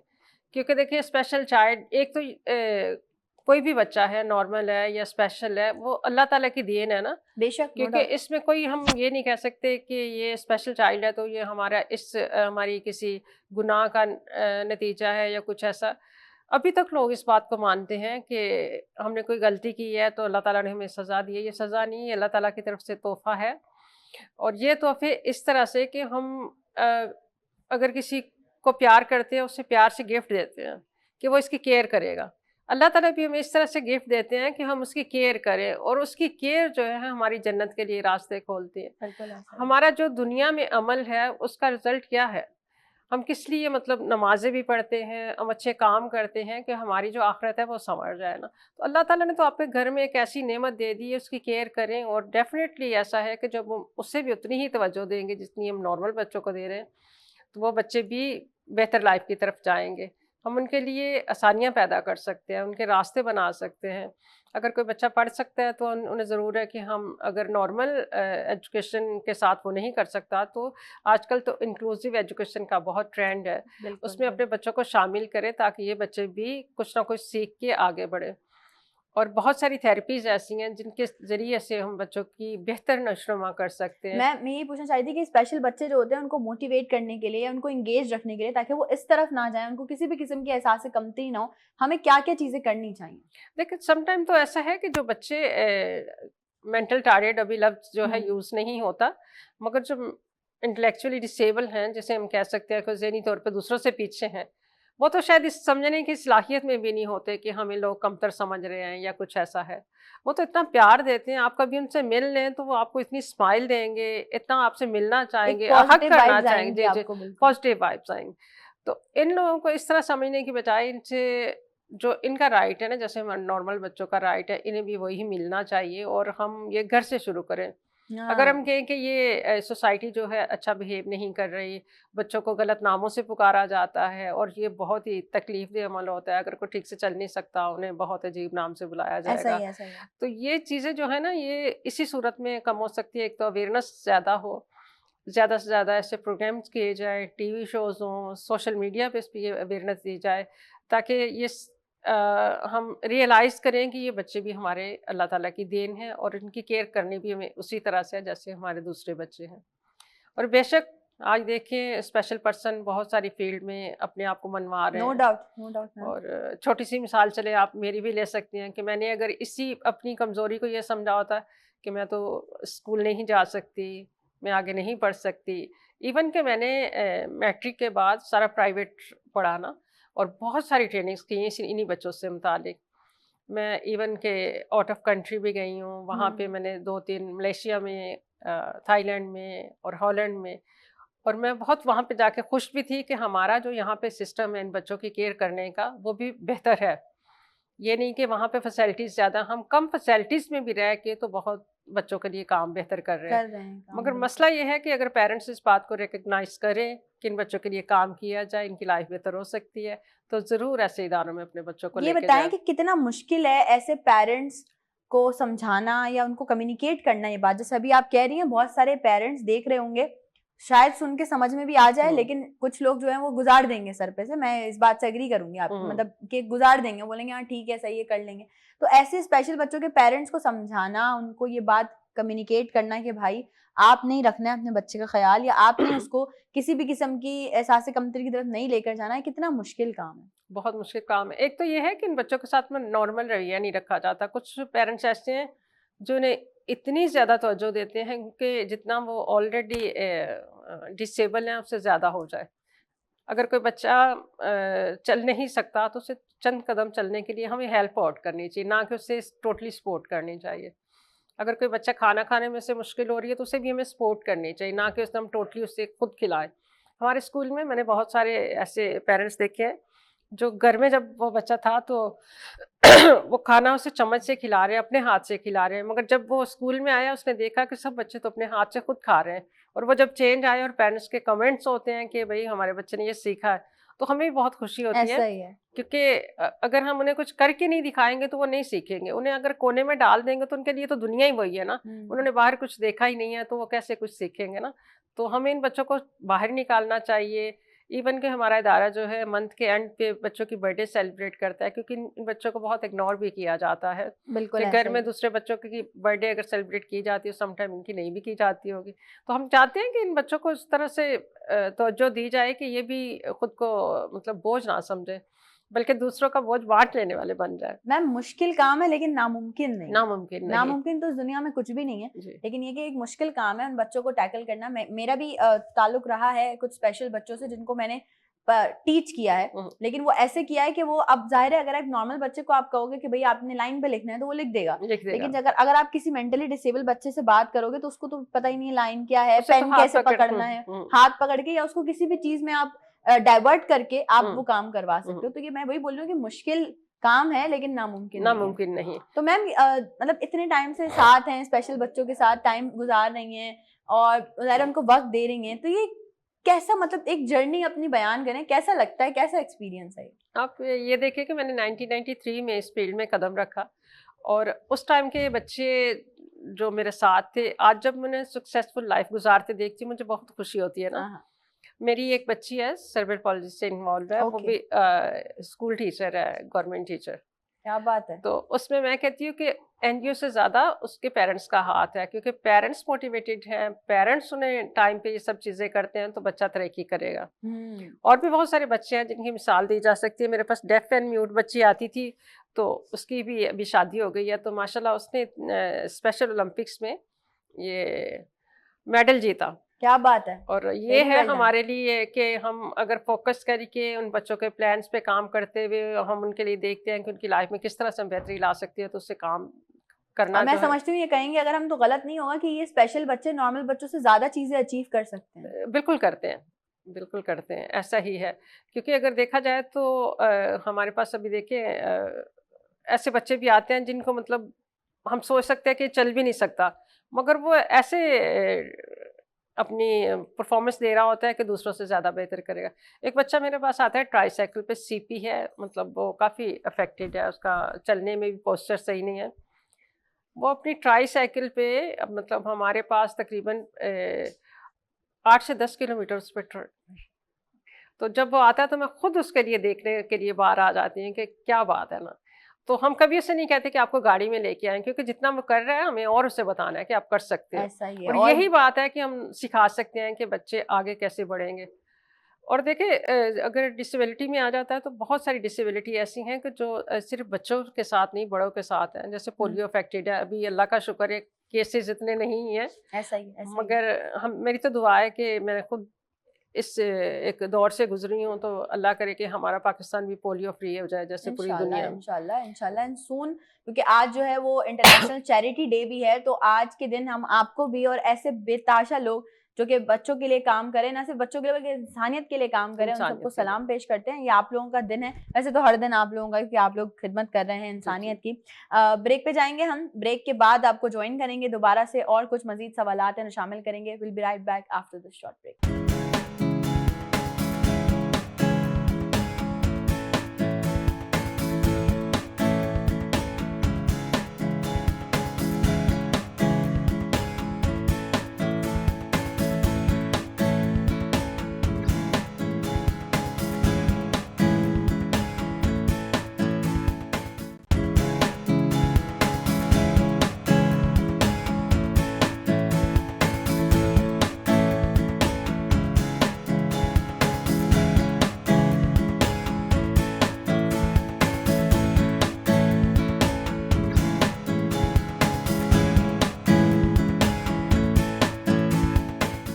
Once again welcome back. एक बार फिर से आप तमाम लोगों को खुशामदीद कहती हूँ नई सुबह विद नुदरत में। बहुत मज़े की बातें चल रही हैं, बहुत सारी ऐसी चीज़ें हैं जो कि आप लोग सुन रहे होंगे, आज पहली बार पता चल रही होंगी, यूज़फुल है आप लोगों के लिए। अली ये बताइए कि बेसिकली आप एक एजुकेशनल कंसल्टेंट भी हैं, तो एक अच्छे एजुकेशनल कंसल्टेंट में क्या क्या क्वालिटीज़ होनी चाहिए? देखिए, सबसे पहले केस स्टडी करना, ठीक है, राइट। केस को स्टडी करके then we have to give them other options also, क्योंकि बाज़ औक़ात ऐसा होता है कि हमारे पास स्टूडेंट्स आते हैं, वो कहते हैं कि हमें जर्मनी जाना है या हमें कनाडा जाना है या यूके जाना है, लेकिन उनकी वो CGPA मैच नहीं कर रही होती है या उनकी परसेंटेज नहीं होती है। तो उसके बाद फिर हम उनके केस को प्रॉपर स्टडी करती है हमारी टीम, और स्टडी करने के बाद फिर हम उनको दूसरे ऑप्शंस भी देते हैं। ठीक है। ऑल्दो हम ये भी कहते हैं कि ठीक है, it's possible to go, let's suppose हम जर्मनी की बात करें, लेकिन उसके लिए फिर आपको 7 बैंड्स कम से कम या 7.5 लाने। या फिर अगर कभी कभी ऐसा होता है कि स्टूडेंट्स कहते हैं कि इससे हमारा बजट थोड़ा सा कम है, क्योंकि जर्मनी में ये चीज़ है कि जर्मनी जब आप जा रहे हैं तो आपको 35 लाख PKR का ब्लॉक अकाउंट ओपन करना पड़ता है। ओके। जो जर्मनी में ओपन होता है, और आप हर महीने उससे कुछ अमाउंट निकाल सकते हैं, राइट। कुछ स्टूडेंट्स पे कहते हैं कि सर 35 लाख नहीं है, देन फिर हम उनको उनके बजट के हिसाब से एक डिफरेंट कंट्री और उनकी फील्ड के हिसाब से, क्योंकि ये बहुत मतलब जो है इम्पॉर्टेंट है और वेरी कर रहा होता है कि किसी की फील्ड ये है, अब उस कंट्री में अगर उस फील्ड के चांसेस नहीं है और ग्रोइंग के चांसेस नहीं है, तो हम फिर उनको नेक्स्ट कंट्री की तरफ करते हैं। तो केस को स्टडी करना और उसको एक प्रॉपर गाइड करना, बहुत सारे कंसल्टेंट ऐसे हैं वो एक ही कंट्री को पिक कर लेते हैं और हर स्टूडेंट्स को वहीं डाल देते हैं, तो ऑब्वियसली सी बात है वो फ्रूटफुल नहीं होता है। कुछ ऐसे तक तो स्टूडेंट रहता है उनके साथ एंगेज, बाद में उसे पता चलता है ये तो मेरे लिए मतलब एक यूजलेस हो रहा है, तो वो क्विट कर जाता है। तो इसलिए प्रॉपर स्टडी करना, प्रॉपर उनको गाइड करना और उनको डिफरेंट वेज समझाना कि अगर ये है तो क्यों है, if it is then why. तो ये एक कहना चाहिए क्वालिटी है विच आई बिलीव के एक कंसल्टेंट के पास होनी चाहिए। चलिए, ये बात तो हमने वो कर ली जो कि लोगों के फायदे की। अब जरा मुझे बताएं बेसिकली आपने इस फील्ड को क्यों ज्वाइन किया, मतलब? अच्छा, मेरा बेसिकली कहना चाहिए कि मेरे इंग्लिश के साथ एक इनहेरिटेंस थी। मेरे फादर जो थे वो डॉन न्यूज़पेपर में हुआ करते थे and he was a commerce reporter, and उस वक्त क्योंकि he was totally in the field of English और डील कर रहे थे डॉन में, तो एक मतलब एक इनहेरिटेंस हुई। फिर मैंने इंग्लिश लैंग्वेज पढ़ाना स्टार्ट किया और उसके बाद फिर मैंने आइट्स की तरफ में आया। जब मैं आइट्स की तरफ आया तो अच्छा, ये हमारा जो स्टूडेंट नेस्ट है, ये मेरे एक दोस्त है मोहम्मद रिजवान शेख, तो हम दोनों ने ये इसको स्टार्ट लिया। Basically he is the CEO right now. उसके बाद फिर मेरी वाइफ है Mahak, she is the director of students affair, वो भी ऑन बोर्ड आई and then we started working with that. तो आइल्स की तरफ जब मैं आया, तो जब मैं स्टूडेंट्स को एजुकेट करने लगा, तो उस वक्त मुझे मेरे फ्रेंड ने सजेस्ट किया कि why don't we go to expand it, and क्यों ना हम इसको एजुकेशनल कंसल्टेंसी की तरफ भी आते हैं। तो इसमें जो है मुझे मोहम्मद रिजवान, बिलाल जो हैं और इरफान साहब हैं कॉन्सेप्ट के, they encourage me and then my wife said let's try it, do it. तो जब हम इस फील्ड में आए अल्हम्दुलिल्लाह, क्योंकि लैंग्वेज फील्ड में तो मैं ऑलमोस्ट 15 ईयर्स से हूँ अल्हम्दुलिल्लाह, and I'll like I have been teaching for more than 7 years. तो अब लास्ट कहना चाहिए 4 ईयर्स से हमने कंसल्टेंसी भी स्टार्ट की, और उसके बाद फिर जब हमने देखा कि इसमें जो है एक चार्म है इन अ सेंस के एजुकेट करना भी है, earning definitely it's a part of the life which is true, लेकिन क्या है कि एक प्रॉपर गाइड करना और प्रॉपर स्टूडेंट्स को भेजना। अल्हम्दुलिल्लाह हम काफ़ी स्टूडेंट्स को जर्मनी भेज चुके हैं, और हमारा एक कहना चाहिए स्ट्रॉन्ग नेटवर्क हो चुका है जर्मनी में, कि अगर हम किसी स्टूडेंट को वहाँ भेजते हैं तो वहाँ पे हमारा एक टीम उनको रिसीव करने के लिए मौजूद होती है। तो रिलेटेड टू कहना चाहिए ये सिलसिला इंग्लिश लैंग्वेज से स्टार्ट हुआ, आइल्स पे आया, एजुकेशन कंसल्टेंसी में आया, अब इंशाल्लाह ताला we are planning to work in immigration also. Great great, जबरदस्त। अच्छा, अब हम वो बात करते हैं जो कि बात बहुत सारे लोग करते भी होंगे या नहीं भी करते होंगे, मुझे नहीं पता, लेकिन क्वालिटी एजुकेशन है ना, वो किसी भी कंट्री या किसी भी मतलब कहीं की भी किसी भी जगह की ना बैकबोन होती है, ये तो बिल्कुल एक सही बात है। बट हमारे यहाँ अनफॉर्चुनेटली ये हो रहा है, डिग्रियां बिक रही हैं, ठीक है, जिनके पास डिग्री है उनके पास नॉलेज नहीं है, और जिनके पास नॉलेज भी है, डिग्री भी है, सब कुछ है, वो लोग भी धक्के खा रहे होते हैं, जॉब्स नहीं मिलती। हमारे पाकिस्तान के बेताशा पता नहीं कितने ऐसे बच्चे हैं, कितनी ऐसी यूथ है जो लाइनों में लगी हुई होती है जॉब के लिए, उनको पता नहीं कितने उनके ख्वाब हैं लेकिन नहीं मिलते, फेवरिज्म चल रहा होता है, ठीक है ना। आप उसके चाचा के बेटे हैं तो आप आ जाएं, आप उसके जो है फुप्पो के बेटे हैं तो आप आ जाएं, ठीक है। अब ये कैसे खत्म हो सकता है हमारी जिंदगियों से? सारा साल एक बच्चा मेहनत कर रहा है, पढ़ रहा है, पूरा सिलेबस कैरी कर रहा है, मेहनत कर रहा है, लेकिन उसको जॉब नहीं मिलेगी। जॉब किसको मिलेगी? या तो फेवरिज्म को, या जिसने डिग्री परचेज कर ली वो उसकी सीट उसको मिल गई। कैसे खत्म हो सकता है? देखिए, इसके लिए सबसे पहले तो हमें जितने एजुकेशनलिस्ट हैं, चाहे वो प्राइवेट हैं या गवर्नमेंट है या जो कोचिंग सेंटर्स हैं, they have to come on one page, एक पेज में आना होगा सबसे पहले तो। और सेकंड ये होगा कि मैं ये समझता हूँ कि एक ही करिकुलम होना चाहिए। अगर ओ लेवल का बच्चा जो पढ़ रहा है वही एक नॉर्मल इंग्लिश मीडियम भी पढ़े, वही गवर्नमेंट का स्टूडेंट भी पढ़े, क्योंकि अनफॉर्चुनेटली हमारे पास डिफरेंट बोर्ड्स हैं। हमारे पास सिंध बोर्ड आ जाता है अगर हम बात करते हैं, फिर आगा खान बोर्ड आ जाता है हमारे पास, फिर हमारे पास टेक्निकल बोर्ड, देन हमारे पास ओ लेवल, फिर ए लेवल, तो डिफरेंट वेरीज कर रहे हैं चीज़ें। तो सबसे पहले हम एक पेज में आए और एक कैरिकुलम होना चाहिए, उसकी बेस पे जब हम आते हैं तो हमारी यूथ बहुत ज़्यादा ग्रो करेगी, क्योंकि डेफिनेटली हमारी यूथ में बहुत टैलेंट है, बहुत talent, they are really talented. लेकिन क्या है कि जो आपकी बात आती है कि एक हमारे यहाँ एक पर्ची सिस्टम जो कहना चाहिए वो चल रहा है कि भाई ये रेफरेंस है, भाई आप आ जाओ, और जो डिजर्विंग है उसको सीट नहीं मिलती है। तो इसके लिए ऑब्वियसली सी बात है, ये एक ऐसा आई वुड से कि इसमें गवर्नमेंट सेक्टर्स को और हायर एजुकेशन जो बोर्ड ऑफ डायरेक्टर्स बैठे हुए हैं, इन्हें इस चीज़ पे स्टेप लेना चाहिए कि क्वालिटी को भी प्रेफर करने के साथ साथ इस चीज़ को ख़त्म करें।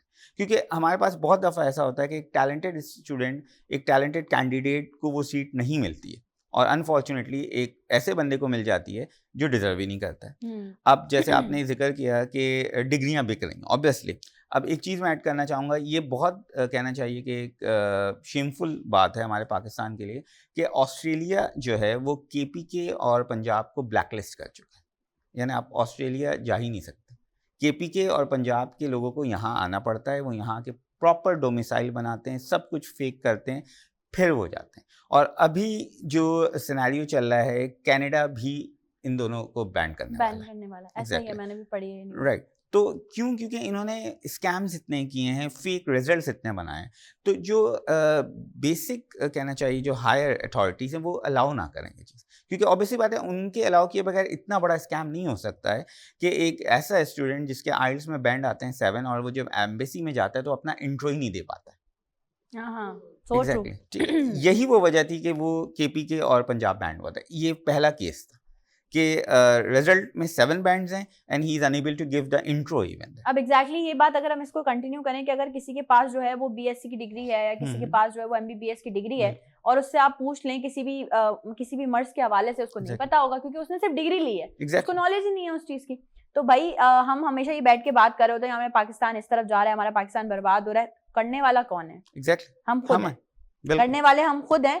हम खुद जब तक हम अपनी सोच को नहीं बदलेंगे, जब तक कि हम अपने वे ऑफ थिंकिंग वो वैसे नहीं देखेंगे कि नहीं अगर हमने ये चीज गलत कर दी तो शायद इसका कहीं ना कहीं इफेक्ट हमारे मुल्क पर हो सकता है। जिसकी मिसाल मैं हमेशा आप लोगों को देती हूँ कि अब आप लोग जब अपने रूम में बैठे हुए होते हैं तो आप कहीं भी कचरा नहीं फेंकते, लेकिन अगर आप रोड से जा रहे होते हैं तो आपने इधर फेंक दिया उधर फेंक दिया, तो वो जो रोड है जहाँ पे आप जा रहे हैं ये आपका अपना मुल्क ही तो है, या आपका अपना सिटी ही तो है।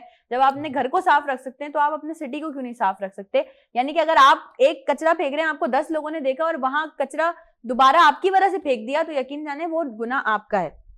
और हम कहते हैं हमारे इस्लाम में सफाई निस्फ ईमान है, आधा, निस्फ का मतलब होता है आधा, लेकिन हमारा अनफॉर्चुनेटली हमारा आधा ईमान जो है ना वो गोरे लेकर बैठे हैं, क्योंकि उनको जितना ख्याल है सफाई का या वहां जितनी क्लीननेस है पाकिस्तान में, ऐसा नहीं है कि सब एक जैसे हैं, लेकिन जिनकी मेंटालिटी है ऐसे, जिनकी थिंकिंग है ऐसे। भाई मैम मैं आपसे इस चीज पे जरूर बात करना चाहूंगी, जहाँ लिखा होता है कि यहाँ कचरा फेंकना मना है वहीं कचरे का ढेर होता है। ये बस क्या कहें, हम लोग कहना चाहिए कि मेंटली सिक हैं, क्योंकि जिन चीज़ों के लिए हमें दूसरों को मिसालें देनी चाहिए उस पर हम खुद ही इम्प्लीमेंट नहीं करेंगे तो हम कैसे कर सकते हैं ना। और ये सच्ची बात है कि जहाँ पे लिखा होता है वहीं पे ज्यादा वो वहीं। और अच्छा ऐसा नहीं है हम हमेशा गवर्नमेंट को ब्लेम करते हैं, ऐसा नहीं है कि गवर्नमेंट चीजें नहीं कर रही, ठीक है ना।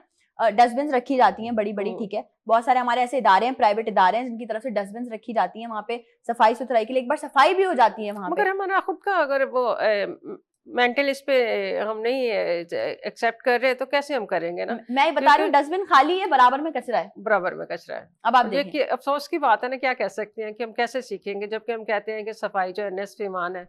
तो हम इन चीज़ों में भूल जाते हैं कि हमें अपने ईमान को भी सामने रखना है।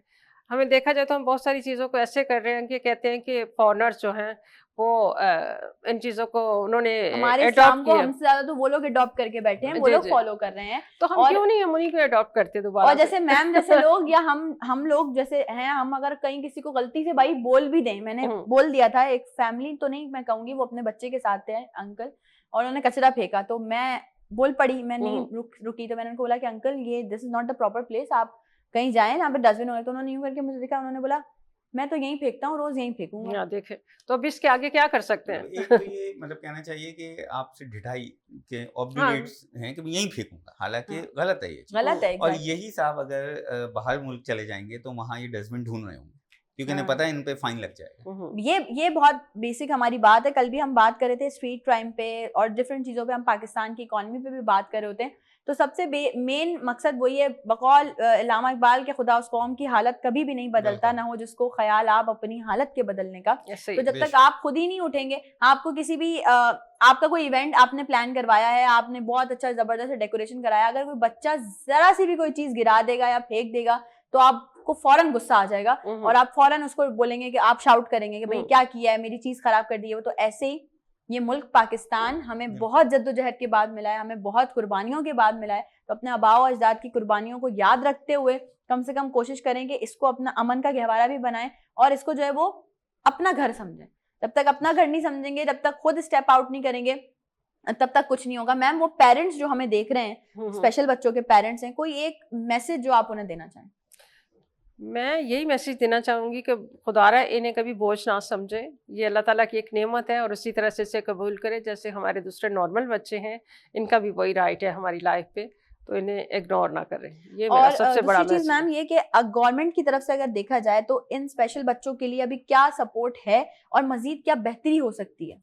देखिए गवर्नमेंट की तरफ से मुझे जैसे मैंने बताया कि 30 इयर्स हो गए हैं, अभी तक हमारी कोई ऐसी अप्रोच नहीं हो सकी कि हमें कुछ हेल्प इनकी तरफ से मिल सके गवर्नमेंट की तरफ से। तो ज़रूर है कि गवर्नमेंट इस पे काम कर रही है, तो हो सकता है हमारी कोई मतलब अप्रोच नहीं हो सकी अभी तक।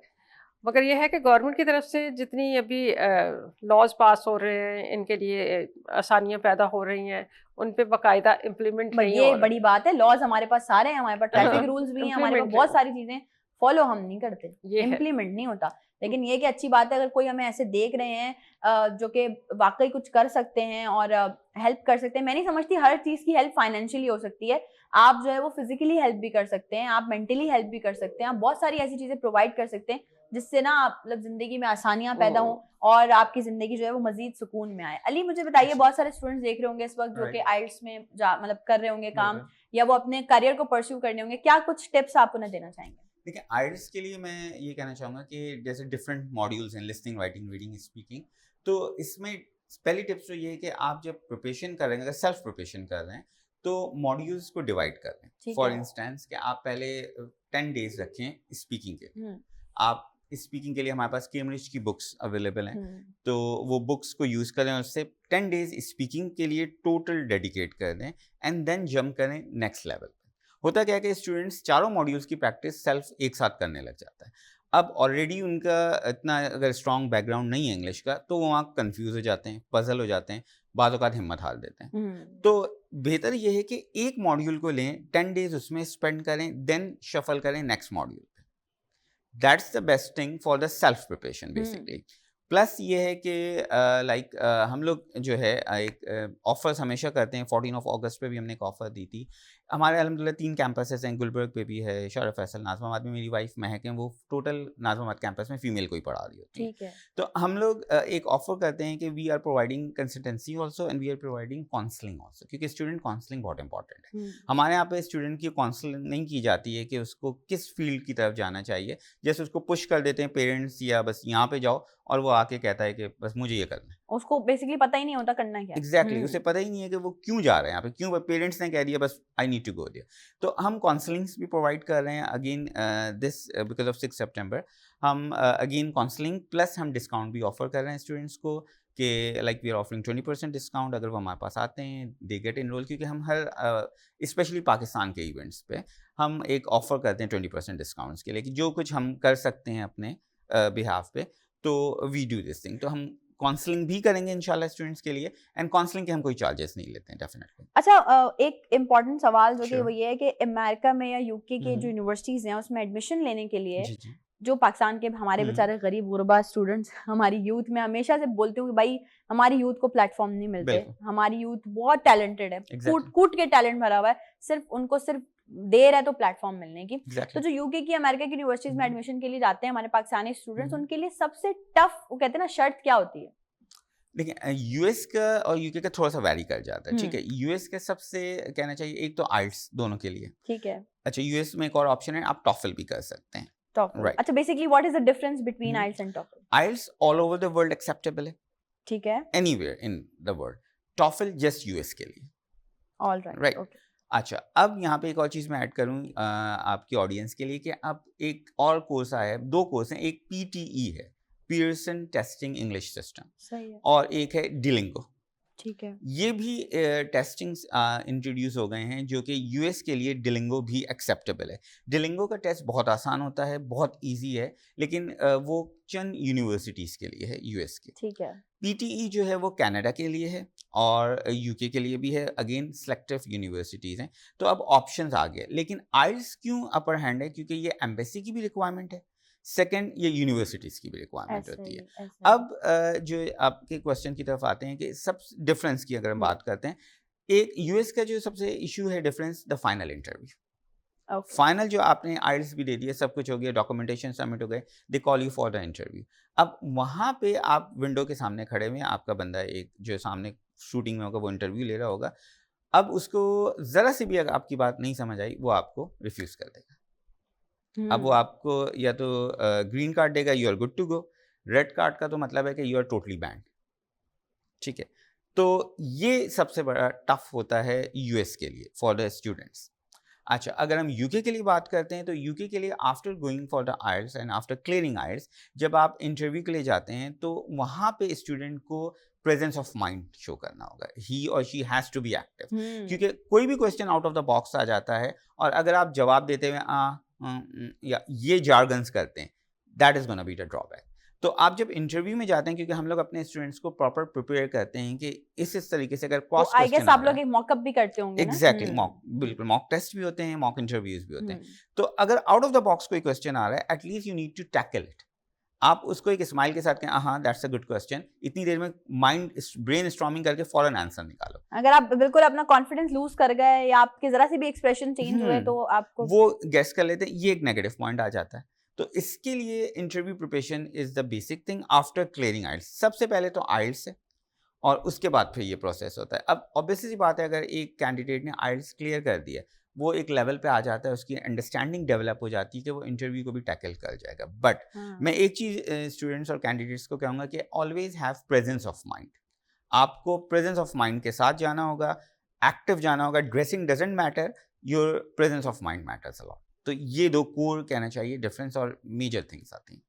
ज़बरदस्त ज़बरदस्त। तो ये बहुत सारी ऐसी इन्फॉर्मेटिव बातें हैं जो कि आज आप लोगों को पता चली होंगी। बहुत सारे लोग जानते भी होंगे, लेकिन जिनको नहीं पता चली होंगी उनको चीज़ें क्लियर हो गई होंगी। और जैसे कि मैम ने भी बोला कि जो पेरेंट्स हमें बेसिकली देख रहे हैं, जिनके स्पेशल बच्चे हैं, तो उनको उनकी केयर टेक करनी चाहिए और उनको ऐसे करनी चाहिए कि उनको बिल्कुल भी आप फील ना करवाएं कि वो स्पेशल है। हाँ, ये स्पेशल फील कराएं कि हाँ ठीक है, वो अब उनको आप अच्छे से अलग से रख रहे हैं, उनको केयर ज़्यादा कर रहे हैं। बस वो अपने आप को उन लोगों से थोड़ा सा अच्छा समझें जो कि नॉर्मल हैं। हम अल्हम्दुलिल्लाह अल्हम्दुलिल्लाह हम अल्लाह पाक का बेहद शुक्र अदा करना चाहिए हमें कि हमें कोई डिसेबिलिटी नहीं है। हमें अल्लाह ने जो है वो एक सोचने की सलाहियत दी है, इतना एक ऐसा कामयाब इंसान बनाया है कि हम लोगों से बात कर सकते हैं। भाई उन बच्चों का भी ज़रा सोचना चाहिए जो कि मेंटली डिसेबल्ड हैं, नहीं बात कर सकते, या उनके साथ और बहुत मसले मसाइल हैं। अल्लाह पाक रहम के मामलात फरमाए, अल्लाह पाक सबको सेहत और तंदुरुस्ती अता फरमाए। मैम बहुत बहुत शुक्रिया, आपने हमें टाइम दिया ली। Thank you so much for coming. और इंशाल्लाह आप लोगों के साथ फिर एक कोई नई हम चीज़ प्लान करके दोबारा आपको बुलाएंगे। और जहाँ तक बात रही प्लेटफॉर्म की यूथ के लिए, तो हम हमेशा बात करते हैं कि वीनस एंटरटेनमेंट के दरवाजे हमेशा खुले हैं आपके लिए। आपको आप किसी भी फील्ड में आगे जाना चाहते हैं, एक्टिंग, सिंगिंग, मॉडलिंग, होस्टिंग, तो आप आइए, हमारे पास आइए, हमसे बात कीजिए, हमसे मिलिए। और अगर आप हैं इमर्जिंग टैलेंट और बनना चाहते हैं नई सुबह का हिस्सा, तो हमारे सोशल मीडिया पे आप हमसे कांटेक्ट कर सकते हैं। हम ज़रूर आपको अपने शो में इनवाइट करेंगे, क्योंकि वीनस एंटरटेनमेंट है, नई सोच, नया आगाज़। आपसे कल मुलाकात होने वाली है 6 सितंबर की स्पेशल ट्रांसमिशन के साथ। अपना बहुत सारा ख्याल रखिएगा। कल आप लोगों ने बिल्कुल हमारे साथ जुड़े रहना है। यौम दिफा पाकिस्तान है, बात करेंगे पाकिस्तान की अजीम कुर्बानियों की। मुझे और मेरी टीम को दीजिए इजाजत। आपसे मुलाकात होती है कल। अल्लाह हाफिज।